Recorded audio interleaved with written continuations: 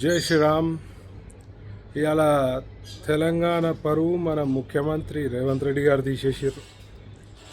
ఎప్పుడు ముస్లింలు సంకలనాకే కాంగ్రెస్ వాళ్ళు ఇవాళ కాంగ్రెస్ పార్టీ ఉంటేనే ముస్లింలు ఉంటారని చెప్పి మొన్న తెలంగాణ సీఎం స్టేట్మెంట్ ఇచ్చాడు. దానికి యాంటీ స్టేట్మెంట్ ఒక ముస్లిం సోదరుడు పరువు తీసుకుంటూ, ముఖ్యమంత్రి పరువు తీసుకుంటూ, మరి మేము ముస్లిమ్స్ ఉంటేనే కాంగ్రెస్ పార్టీ ఉందని ఒక ఘాటైన స్టేట్మెంట్ ఇవ్వడం జరిగింది. మరి ఈ స్టేట్మెంట్కి తల ఉంచుకోవాల్సిన పరిస్థితి తెలంగాణ రాష్ట్ర ప్రజలది.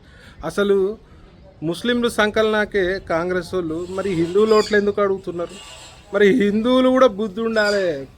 సీదా ఓపెన్గా బహిరంగ సభలలో చెప్తుర్రు కాంగ్రెస్ పార్టీ ముస్లింల పార్టీ, ముస్లింలు ఉంటేనే కాంగ్రెస్ పార్టీ అని ఎన్నో సందర్భాల్లో పలు మంత్రులు చెప్పిర్రు. ఇక ముఖ్యమంత్రి అయితే టోపీ పెట్టుకొని తిరుగుతున్నాడు. మరి అట్లాంటి కాంగ్రెస్ పార్టీ ముస్లింల పార్టీ అన్నప్పుడు మరి కాంగ్రెస్కి ఓటేసే హిందువులు ఆలోచించాలి, సిగ్గుండాలని చెప్పి నేను అంటున్నా. ఇవాళ హిందుత్వం గురించి పనిచేసే పార్టీకి ఓటేయాలి, బీజేపీకి ఓటేయాలి.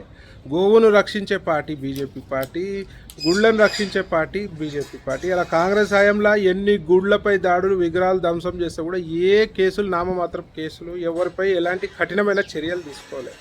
సో ఇవాళ ప్రతి ఒక్క హిందూ సోదరుడు ఆలోచించాల్సిన పరిస్థితి ఉంది. మరి హైందత్వం బాగుండాలి, మన కుటుంబం బాగుండాలి, మన పిల్లలు బాగుండాలి, మన పిల్లల భవిష్యత్తు బాగుండాలంటే మాత్రం బీజేపీకి ఓటేయాలి. మరి కాంగ్రెస్ ముస్లింల వంతు పాడుతూ ఉంటుంది. మరి సిగ్గులేని ఓవైసీ ఇంకొక డైలాగ్ కొట్టిండు, 10 ఏళ్ల నుంచి బీఆర్ఎస్ పార్టీ ఎప్పుడు కూడా జూబ్లీ హిల్స్ని డెవలప్ చేయలే, విస్మరించారని.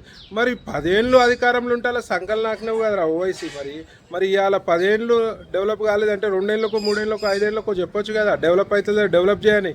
ఇవాళ కాంగ్రెస్ అధికారంలో రాగానే గోడ మీద పిల్లి లేక సిగ్గు లేకుంటే ఇటు వచ్చి మళ్ళీ కాంగ్రెస్ వాళ్ళ సంకలనాకుతున్నావు, వాళ్ళు నీ సంకలనాకుతున్నారు. మరి ప్రజలు, హిందూ సోదరులందరూ ఇది గమనించవలసిందిగా మనవి చేస్తూ, మరి బీజేపీ పార్టీయే మన పార్టీ, హిందువుల సంక్షేమానికి పాల్పడే పార్టీ బీజేపీ పార్టీకే ఓటేయవలసిందిగా మనవి చేస్తూ జై శ్రీరామ్.